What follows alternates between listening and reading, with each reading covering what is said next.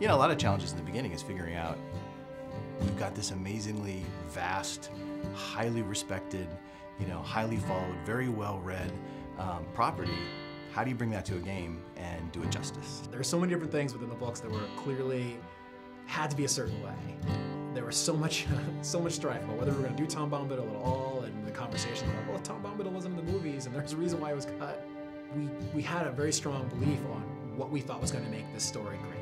It's such a long road to get to where we are today, and there are so many different things that I can look at now and say, that was definitely the right decision, and Tom Bombadil was definitely the right decision.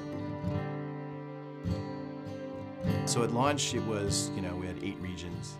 We kind of worked our way through the Shire. We ended up in Angmar. You know, it was a, we thought, huge world at the time. In fact, I think at the time it was one of the largest pieces of landscape ever released for a game. Eyes and ears and hearts and minds and everything opened up to us to see how we addressed, you know, how do you do a story in this world? You know, we can't be Frodo, right? I mean, these are the things that people thought the game was going to be, that I could be Frodo and I'm going to run through Middle-earth.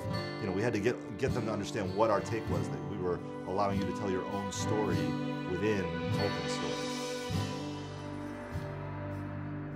Our goal was, this has to look unlike any place that anybody's ever been in an MMO, right? And hopefully also in an RPG, because when you read about Moria, it's this big, huge, giant, expansive, cavernous place. The idea was to use, to make it a landscape space with not one, but 2 separate height maps. So there'd be a height map for the floor and then a height map for the ceiling.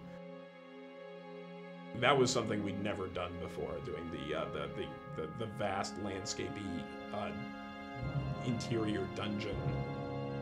It's really hard without a date file and without having sky and clouds and sun and all the colors that brings in. And you could have 2 stretches that have the same grass pattern, the same little huts, and you swap out sunny blue sky for crazy red, green, shimmery, evil thing, and it totally changes the look and feel. Not having that in Moria, it was much more challenging, yeah.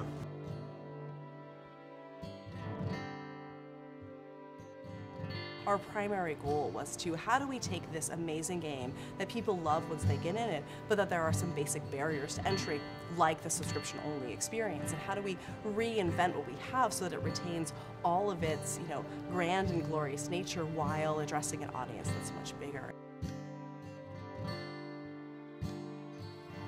We are standing on a mound of content that is, you know, almost 10 years old, going back to when we first started early development of the Turbine. I think it's a credit to the early architects of the game that we're able to, you know, continue to add on to it and grow it and do remarkable things. Coming into Rohan, we have a totally new space. We have a totally new way of playing across it. And I think that being able to go out onto these vast plains and ride your war steed and challenge these, you know, mounted bands of marauders, I think we've come to a whole new chapter in Middle-earth.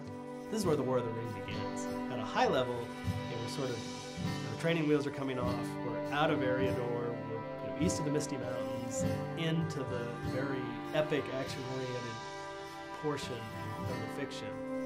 And being able to tell that story is extremely exciting.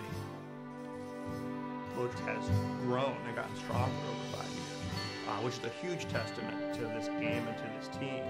You know, the team has grown, the game has grown. We're not slowing down, if anything, we're speeding up. It's going to be a fantastic 2012.